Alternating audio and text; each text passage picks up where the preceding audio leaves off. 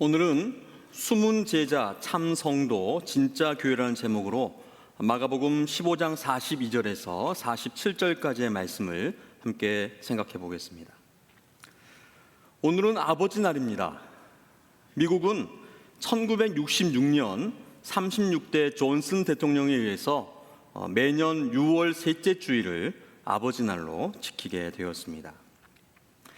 여러분들은 아버지 날의 유래를 아십니까? 1909년 워싱턴주 스포켄에서 윌리엄 잭슨 스마트라는 남성이 죽었습니다. 그는 남북전쟁의 참전용사로 일찍 아내를 잃고 6남매를 홀로 키운 싱글 대디였습니다. 윌리엄은 낮에는 농장에서 열심히 일하고 밤에는 집안일을 하면서 아이들을 돌보다가 과로로 세상을 떠났습니다. 그의 딸 소노라 스마트 도드가 그의 추수감사주일 예배 때에 자녀들을 위해서 희생하신 아버지의 은혜에 감사했고 그때 아버지가 무척 보고 싶었습니다. 예배 때 어머니 날이 있다면 아버지의 날도 있어야지 않나요? 라고 하는 목사님의 설교를 듣고 이 소노라가 아버지 날 제정을 요청을 했습니다. 그리고 다음 해인 1910년 6월 19일 교회에서 첫 아버지 날 예배가 드려졌습니다. 이것을 시작으로 아버지 날을 미국에서는 지키게 되었습니다. 한국은 5월 8일을 어버이날로 함께 지킵니다. 중국은 8월 8일이 아버지 날인데 팔자의 발음이 빠입니다. 근데 아빠의 발음이 빠바이기 때문에 아버지의 발음이 빠바여서 8월 8일, 팔이 두 번 겹친 빠빠, 그래서 8월 8일을 아버지 날로 지킨다고 합니다. 독일은 예수님께서 승천하신 날을 아버지 날 혹은 남성의 날로 지킵니다. 스페인과 이탈리아는 카톨릭 전통에 의해서 3월 19일 예수님의 그 육신의 아버지 요셉을 기념하는 날, 그날을 아버지 날로 지킵니다. 태국은 역사상 가장 존경받는 국왕 라마 9세의 생일을 아버지 날로 지킨다고 합니다. 여러분에게 아버지는 어떤 분이셨습니까? 또 여러분은 어떤 아버지이십니까? 이채 시인의 아버지의 눈물이라는 시는 이렇게 말합니다. 남자보다 강한 것이 아버지라 했던가. 나 하나만을 의지하며 살아온 아내와 눈에 넣어도 아프지 않을 자식을 위해 나쁜 것을 나쁘다고 말하지 못하고 아닌 것을 아니라고 말하지 못하는 것이 세상살이더라. 그래서 아버지는 울어도 소리가 없고 소리가 없으니 목이 메일 수밖에. 용기를 잃은 것도 열정이 사라진 것도 아니건만 쉬운 일보다 어려운 일이 더 많아 살아가는 일은 버겁고 무엇 하나 만만치 않아도 책임이라는 말로 인내를 배우고 도리라는 말로 노릇을 다할 뿐이다. 그래서 아버지는 울어도 눈물이 없고 눈물이 없으니 가슴으로 운다. 아버지가 되어본 사람은 안다. 아버지는 고달프고 고독한 사람이라는 것을. 아버지는 가정을 지키는 수호신이기에 가족들이 보는 앞에서 약해서도 울어서도 안 된다는 것을. 그래서 아버지는 혼자서 운다. 아무도 몰래 혼자서 운다.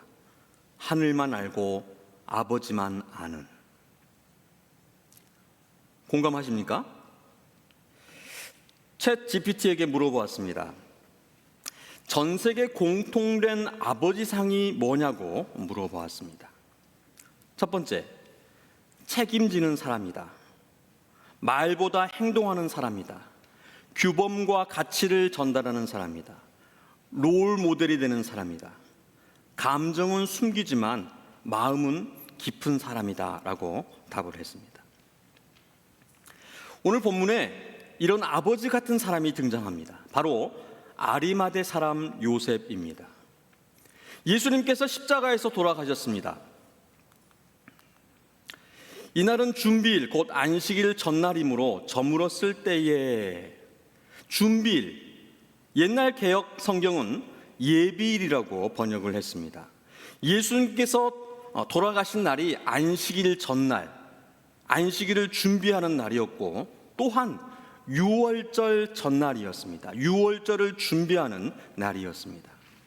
유월절은 유대력으로 니산월 14일이고 안식일은 태양력으로 7일째인 토요일입니다. 그런데 이 두 날이 겹치는 날이 있는데 이 두 날이 겹치는 그 안식일을 큰 안식일이라고 합니다. 요한복음 19장 14절은 이날은 유월절의 준비일이요라고 기록되었고 19장 31절에는 이날은 준비일이라 유대인들은 그 안식일이 큰 날이므로라고 하여서 유월절과 안식일이 겹치는 그 안식일을 큰 안식일이라고 불렀습니다. 예수님께서는 유월절과 안식일이 겹치는 큰 안식일 전날 그 준비일, 예비일, 금요일 오후 3시에 돌아가셨습니다. 유월절을 기준으로 보면 유월절 전날, 유월절을 준비하는 날, 유월절의 양을 잡는 날에 예수님께서 돌아가셨습니다. 그러니까 예수님은 유월절의 제물로 잡는 어린 양으로 죽으셨다는 말입니다. 이것을 고린도전서 5장 7절은 이렇게 말씀합니다. 우리의 유월절 양 곧 그리스도께서 희생되셨느니라. 유월절 양 대신 그리스도이시다. 유월절은 출애굽 때에 하나님의 마지막 재앙, 장자의 죽음이 임할 때에 어린 양의 피를 집 문설주와 임방에 바르면 사망의 재앙이 넘어간다고 하는 그날을 기념한 절기입니다. 예수님께서 이 어린 양의 제물로 그 피를 십자가에서 흘리심으로 우리의 죄에 대한 그 사망이 넘어갔습니다. 우리를 바로 사망에서 생명으로 구원하셨습니다.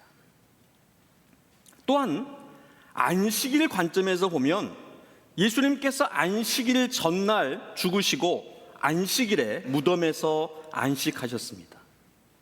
하나님께서 6일 동안 천지를 창조하시고 7일째 쉬셨습니다. 근데 하나님은 쉬실 필요가 없으신 분이십니다. 하지만 7일째 쉬신 이유는 인간에게 쉼이 필요하기 때문에 그 쉼과 안식의 모범을 하나님께서 친히 보여주셨습니다. 예수님께서도 안식의 모범을 보여주셨습니다. 이것은 또한 불순종의 죄의 결과인 노동의 수고로부터의 그 안식과 구원이었습니다. 선악과를 따먹고 불순종한 인간은 평생에 수고하여야 소산을 먹을 수 있게 되었습니다. 그 전에는 수고하지 않아도 소산을 먹을 수 있었지만 이제는 불순종으로 죄로 말미암아서 수고를 해야 소산을 먹을 수 있었던 것입니다. 그래서 소산을 위해서 수고를 해야 합니다. 그 전에는 이 수고를 하나님을 가까이 하는 데에, 하나님을 예배하는 데에 썼습니다. 그런데 불순종의 결과로 이제는 그 수고를 소산을 먹는 데에 쓰게 된 것입니다. 그리고 하나님을 가까이 하는 데에, 하나님을 예배하는 데에 소홀하게 되었습니다. 우리 인류의 역사는 이 수고를 어디에 쓰느냐의 그 싸움으로 점철되어집니다. 가인과 아벨의 제사가 그랬고, 아브라함과 롯이 그랬고, 야곱과 에서가 그랬습니다. 아벨과 아브라함, 야곱은 하나님을 가까이 하는데, 예배, 제사를 드리는 데에 수고를 했습니다. 반면에 가인과 롯, 에서는 소산을 먹는 데에 수고를 했습니다. 하나님께서 이스라엘을 출애굽시키신 이유와 목적도 바로 하나님께 제사, 예배를 드리도록 하기 위함이었습니다. 출애굽기 3장 18절에 그들이 내 말을 들으니 너는 그들의 장로들과 함께 애굽 왕에게 이르기를 히브리 사람의 하나님 여호와께서 우리에게 임하셨은즉 우리가 우리 하나님 여호와께 제사를 드리려 하오니 사흘길쯤 광야로 가도록 허락하소서 하라. 그래서 출애굽 마지막 그 재앙에 어린 양의 피로 드리는 유월절의 제사가 있었고, 광야에서 명령하시고 가르치신 그 제사법을 이스라엘 백성에게 명령하셨습니다. 가나안 땅에 들어가기 전 가장 먼저 상기시키고 당부하신 것이 바로 제사였습니다. 약속의 땅, 축복의 땅 가나안 땅에 들어가서 살아야 할 삶의 원리는 바로 하나님 중심, 제사, 예배 중심이었습니다. 그런데 이스라엘은 아담의 그 불순종 이후에 수고를 소산을 먹기 위해 쏟았던 일 중심의 그 삶을 애굽에서의 430년의 그 종살이에서 강화시키더니 그것을 청산하지 못하고 가나안에까지 그것을 끌고 이어갑니다. 여러분, 우리는 하나님을 가까이 하도록, 하나님을 예배하도록 창조되었습니다. 우리의 모든 수고를 하나님을 가까이 하는 데에, 하나님을 예배하는 데에 쏟아야 합니다. 그리고 우리에겐 안식, 쉼이 필요합니다. 그래서 하나님께서 7일째 안식하셨고, 예수님께서 안식일 전날 돌아가시고 안식일에 무덤에 머무셨습니다. 이것이 무엇을 말씀하는 것일까요? 우리는 예배 중심의 삶을 살아야 하며, 예배는 우리의 안식과 쉼이 된다는 그러한 말입니다. 여러분은 지금 하나님의 안식 가운데 계십니다. 여러분은 지금 유대교와 안식교의 안식일이 아닌 우리 주님께서 부활하신 주님의 날, 주일에 하나님께, 그리고 우리 주 예수 그리스도에게 예배를 드리며 구원과 부활의 영광과 기쁨, 하나님의 평강의 은혜를 누리고 있다는 것입니다. 여러분, 주일을 지킨다고 하는 것, 예배를 드린다고 하는 것은 원래 우리 창조 원리로의 회복이며 우리에게 반드시 필요한 쉼과 안식을 누리는 것입니다. 이것을 지키시고 누리시는 여러분 되시기를 축복합니다. 예수님께서 유월절과 안식일을 모두 성취하시고 죽으셨습니다.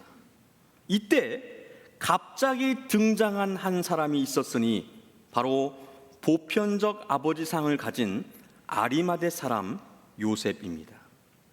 그의 등장을 마가는 이렇게 기록했습니다. 아리마대 사람 요셉이 와서 당돌이 빌라도에게 들어가 예수의 시체를 달라 하니, 이 사람은 존경받는 공회원이요 하나님의 나라를 기다리는 자라.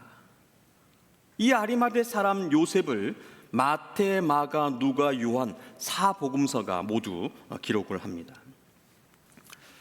우선 아리마대는 요셉의 출생지입니다. 당시에 수많은 요셉의 이름을 가진 사람들 중에서 아리마대 출신의 요셉이라는 그런 말입니다. 아리마대는 그 위치를 정확하게 특정할 수가 없는데, 추정해 보기를 아마도 선지자 사무엘의 고향인 라마다임 소빔일 것이라고 추정해 봅니다. 이곳은 예루살렘 북서쪽으로 약 19마일 30km 정도 떨어진 외진 산골입니다. 잘 알려지지 않는 지역에 유명하지 않은 평범한 사람이었다라는 것을 뜻합니다. 사복음서의 기록을 종합해 보면 이 요셉은 부자였고 예수님의 제자였습니다. 존경받는 공회원이었고 하나님 나라를 기다리는 자였습니다. 선하고 의로운 사람이었습니다. 예수님의 제자였지만 유대인이 두려워서 제자인 것을 숨겼던 그러한 사람입니다. 이런 아리마대 사람 요셉이 빌라도에게 예수님의 시신을 달라고 들어갔던 것입니다. 사실 예수님의 시신에 대한 요청은 가족이나 제자들이 했어야 합니다. 그러나 어머니 마리아와 이모들은 도저히 예수님의 그 시신을 가져갈 수 없는, 볼 수도 없고 만질 수도 없는 비통함에 있었을 것입니다. 또한 즉시 요청하지 못했을 것입니다. 제자들은 모두 뿔뿔이 흩어졌습니다. 그나마 곁에 있었던 요한도 어머니 마리아를 지키느라고 경황이 없었을 것입니다. 이때 즉각 가장 먼저 예수님의 시신을 요청한 사람이 바로 아리마대 사람 요셉이었던 것입니다. 갑자기 뜬금없이 등장합니다. 얼마나 황당한 등장이냐면 마가가 당돌이라는 단어를 사용했습니다. 아리마대 요셉은 이스라엘 사내들인의 공회원으로 예수님의 그 신문과 재판 과정을 잘 알고 있었고, 유대인의 또한 로마의 시신 처리 규정 또한 잘 알고 있었습니다. 사내들인 공회에서 가장 악한 죄인 신성 모독으로 사형을 결정했고, 빌라도에게서는 국가 반역죄로 십자가형에 처해졌습니다. 아리마대 요셉은 예수님의 가족이 아니었습니다. 그런 그가 예수님의 시신을 요청하는 것은 공범으로 몰릴 수 있었습니다. 그는 자신이 예수의 제자인 것을 유대인들이 무서워서 숨겼다라고 요한복음 말씀합니다. 더군다나 누가복음에 의하면 사내들인의 결의와 행사에 찬성하지 않았다. 이런 아리마대 사람 요셉이 예수님의 시신을 찾는다고 하는 이 소식이 사내들인에 알려지면 출교를 당하게 되어지고 처형을 받을 수 있었습니다. 목숨을 건 당돌한 요청이었습니다. 니고데모 복음서 혹은 빌라도 행전이라고 하는 위경에 의하면, 처음 들어보시는 성경이죠. 니고데모 복음서, 빌라도 행전. 이것은 위경인데요. 위경은 가짜 성경입니다. 신빙성이 없는 전설과도 같은 것입니다. 그런데 이 위경에 의하면 예수님의 부활 이후에 예수님의 시신이 사라졌다고 해서 아리마대 요셉을 시신을 훔친 자로 40년 형을 받고 감옥에 갇히게 되어집니다. 아리마대 요셉이 감옥에 있을 때에 매일 한 마리의 비둘기가 빵을 갖다 주었고, 예수님께서 나타나셔서 성배, 예수님의 피가 담긴 잔을 주어 감옥에서 살아남을 수 있었다고 기록하고 있습니다. 또 어떤 전설은 지난 주일에 말씀드린 예수님의 옆구리를 긴 창으로 찌른 롱기누스, 그 롱기누스가 예수님의 옆구리를 긴 창으로 찔렀을 때에 그 창으로 흐르는 예수님의 피를 아리마대 요셉이 잔으로 받아서 성배로 간직했다고 합니다. 이러한 이야기를 토대로 만든 영화가 바로 인디아나 존스의 최후의 성전, 그 영화에 이 이야기가 나오고 있습니다. 아리마대 사람 요셉이 와서 당돌이 빌라도에게 들어가 예수의 시체를 달라 하니, 이것은 목숨을 건 커밍아웃이었습니다. 그는 외진 시골 변두리에 알려지지 않은 동네 부자였습니다. 조용하고 겸손히 의와 선을 행하는 존경받는 공회원이었습니다. 가만히 있었으면 아무도 몰랐을 것입니다. 하지만 그는 목숨을 걸고 담대히 빌라도에게 들어가서 예수님의 시신을 요청하며 자신이 예수의 제자인 것을 세상에 드러내어 공개하고 선언한 것입니다. 아리마대 사람 요셉은 숨어있는 예수님의 참 제자였습니다. 저도 예전에는 겉모습으로 성도를 판단했습니다. 예배에 빠지지 않고 헌금을 잘하고 봉사 많이 하고 열심히 교회에 나오면 진짜 성도라고 생각을 했고, 그 반대는 가짜라고 생각을 했습니다.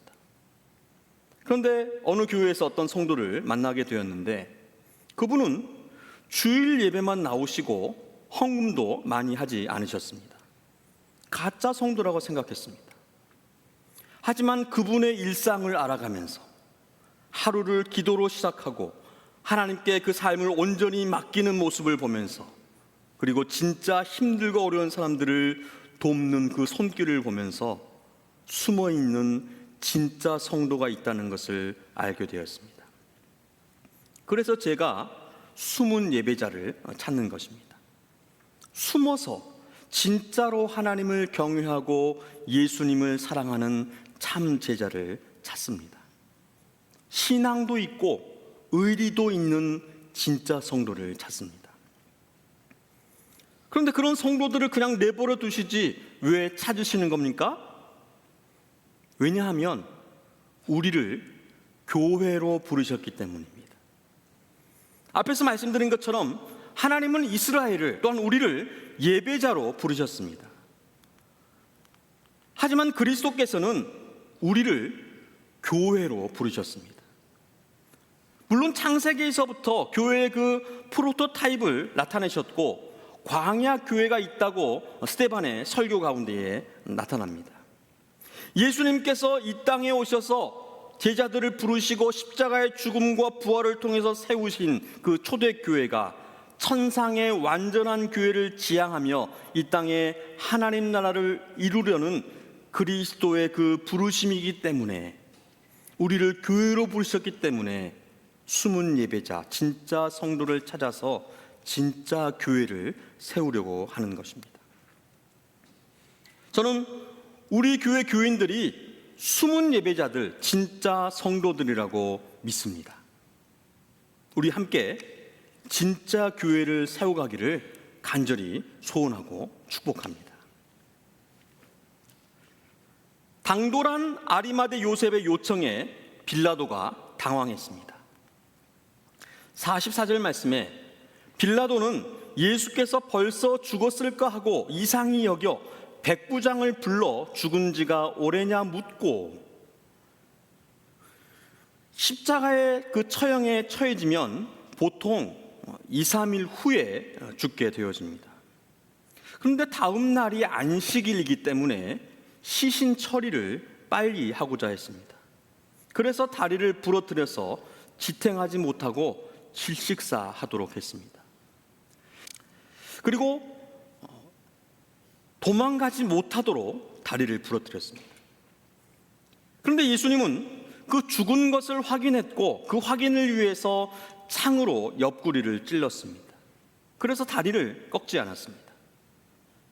이것은 성경을 응하게 하려 함이라고 요한복음 19장 36절로 37절은 말씀합니다. 이 일이 일어난 것은 그 뼈가 하나도 꺾이지 아니하리라 한 성경을 응하게 하려 함이라. 또 다른 성경에 그들의 그 찌른 자를 보리라 하였느니라. 이 말씀은 출애굽기 12장 46절, 민수기 9장 12절, 시편 34장 20절, 스가랴 12장 10절의 예언의 말씀의 성취였던 것입니다. 빌라도는 예수의 곁에서 십자가형을 집행한 백부장을, 저희가 지난주 살펴보았던 39절에 진실로 하나님의 아들이었도다라고 고백했던 그 백부장을 불러서 죽음을 확인하고 예수의 시신을 요셉에게 내주었습니다. 이에 요셉이 세마포를 사서 예수를 내려다가 그것으로 싸서 바위 속에 판 무덤에 넣어두고 돌을 굴려 무덤 문에 놓으매. 아리마대 요셉은 예수님의 시신을 세마포로 감쌌습니다. 이 세마포는 제사장과 레위인, 귀인들의 옷을 만들고 성막과 성전의 그 휘장을 만드는 귀하고 값비싼 천이었습니다. 부의 상징이었던 것입니다. 값비싼 세마포로 싼 예수님의 그 시신을 바위 속에 판 그 무덤에 넣고 크고 무거운 돌로 굴려 무덤 문을 닫았습니다. 아리마대 사람 요셉은 부자였습니다. 예루살렘에서 멀리 떨어진 외진 시골의 동네 부자였지만 그도 예루살렘에 묻히고 싶었던 유대인인지라 예루살렘에 좋은 명당 묘자리를 사두었습니다.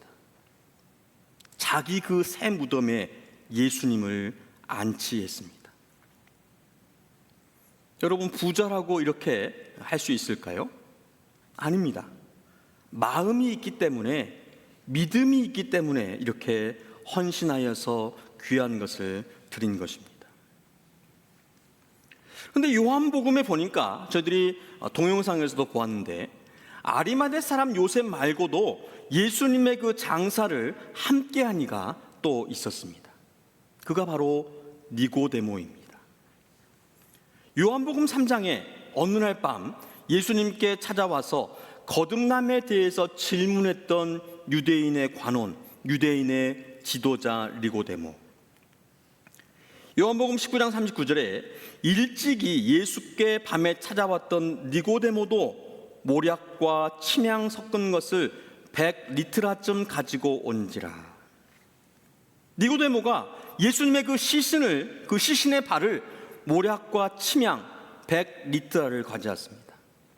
이것은 당시 최고의 향품이었고 약 72파운드 33kg 정도 되는 어마어마한 양이었고 어마어마한 가치였습니다. 이것을 지금 돈으로 환산하면 15만 달러 이상이라고 합니다.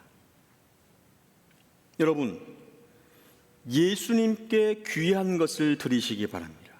우리를 위해 죽으시고 우리를 구원하신 예수님께 최선을 다해서 최고의 것으로 가장 귀한 것을 드리시기 바랍니다. 아리마대 요셉과 니고데모처럼 값비싼 것을 드리시기 바랍니다. 15만 달러 이상의 헌금을 하시기 바랍니다.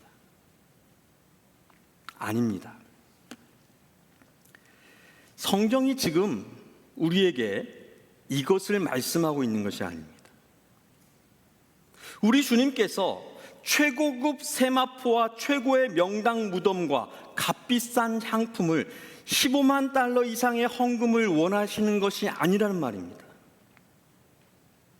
우리 주님은 이런 것을 바라시고 기뻐하시는 분이 아니십니다. 어느 날 제 아내가 제 티셔츠를 사가지고 왔습니다. 언제나 제 아내는 남편과 아이들 것을 먼저 삽니다. 제가 외마디 탄식을 뱉고 궁시렁거렸습니다. 나는 필요 없으니 당신 것이나 사입으라고 했습니다. 나는 당신이면 좋게 라고 말하고 싶었지만 설교를 준비하면서 이 말이 그제서야 생각이 났습니다. 그때 했었어야 했는데. 그런데 우리 주님은 분명히 저희에게 이렇게 말씀하실 것입니다. 너로 만족한다. 내가 가장 귀한 것이야. 내 생명을 들여서 내 피를 뿌려서 구원한 내가 최고의 가치야. 우리 주님이 바라시는 것은 바로 나입니다. 나를 드리는 것입니다. 2렙돈을 헌금한 과부는 생활비 전부를 드렸습니다. 생명과 삶을 드렸다는 말입니다. 나를 드린 것입니다. 1년치 품삯세 300데나리온의 값비싼 향유를 드린 마리아도 전생애를 드렸습니다. 나를 드렸다는 말입니다. 아리마대 요셉도 니고데모도 나를 드렸습니다. 15만 달러 이상의 헌금을 드리시겠습니까? 그것은 헌금을 드린 것이 아니라 바로 나를 드린 것입니다. 여러분, 우리 주님께서 원하시는 기뻐하시는 최고의 가치는 바로 나입니다. 나를 주님께 드리시기 바랍니다. 우리를 예배자로 부르신 하나님께 주님이 주신 생명을 다하여서 우리의 전 삶을 다하여서 예배 드리시기를 바랍니다. 우리를 교회로 부르신 예수 그리스도께 주신 생명을 다하여 영혼을 구원하고 생명을 살리는 여러분 되시기를 간절히 소원합니다. 우리는 주님께서 십자가에서 피 흘려 죽으셔서 그 피로 살리신 주님의 성도이고 교회입니다. 우리 주님께서 부르시고 세우신 숨은 제자, 참 성도, 진짜 교회라는 말입니다. 우리의 구원자가 되시고 주인 되시는 그리스도에게 가장 귀한 최고의 가치인 나를 함께 들으십시다. 그리고 특별히 책임감 있고 말보다는 행동하는 규범과 가치의 전달자이시며 롤 모델이 되시는 감정은 숨기지만 마음은 깊은 아리마대 요셉과 같은 아버지 여러분, 나 자신을 들여 가정을 살리고 교회를 살리고 나라와 민족을 살려서 하나님께 영광, 주님의 기쁨이 되시기를 주님의 이름으로 축원드립니다.